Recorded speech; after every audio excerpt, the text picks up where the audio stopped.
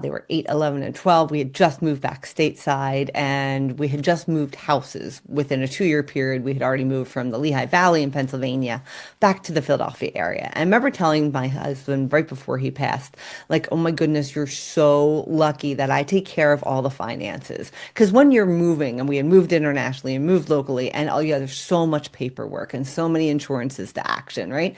I remember saying to him, like, I'm organized and squared away, but if I wasn't here, you'd be so lost your head would spin.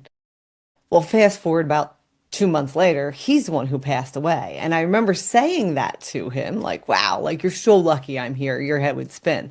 What if it wasn't him who passed? What if it was me? And he was left all of a sudden trying to find someone to raise the kids and realize, like, what was my system of taking care of the checks?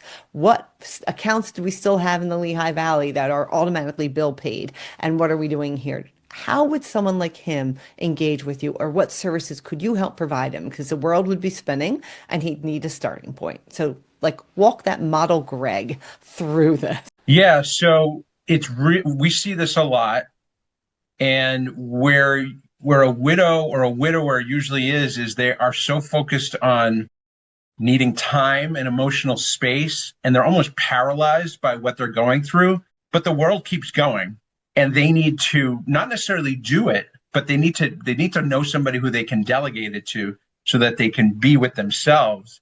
But the things still need to happen. So what we focus on is a very narrow lane, and we focus on financial organization. So when the mail comes in, we process the mail. We focus on bill pay. So all bills get paid accurately once, and we know what's been paid. We do an inventory of all the liabilities and sources of income, because it's really important that nothing fall through the cracks.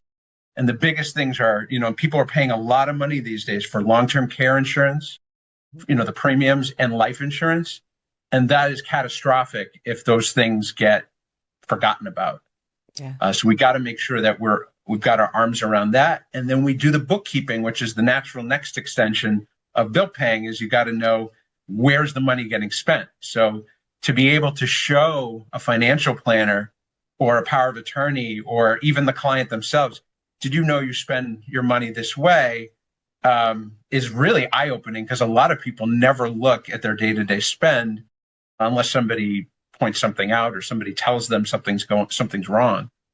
And then from there, that leads right into tax support, because if we've done the bookkeeping all year long, then talking directly to the CPA on behalf of the client allows the client to just be completely hands off and know that all the tax support is happening without their involvement.